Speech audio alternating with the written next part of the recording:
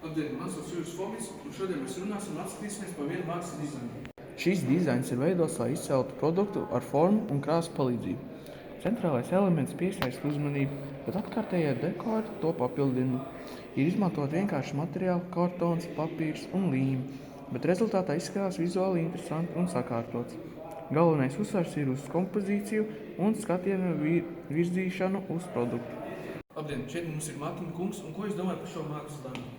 Man īsti nepatīk. Man vairāk patīk monsterīši, un jo Redbull ir dārgi. Kas tas ir vispār? Pilnīgi kā huņi.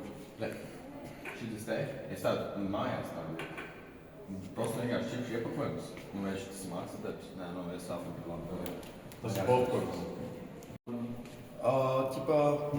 Nē, man ļoti patīk šis mākslas darbs, jo tā kā tur ir dzeltenē un šķiet, kas tā krāsa oranži ir Redbullīši. Un tas popkorns also ļoti garšīgs un man ļoti patīk, forši mākslas darbs. Jā. Mēs montētējam tik daudz nemaksāsim, tāpēc mēs beidzam.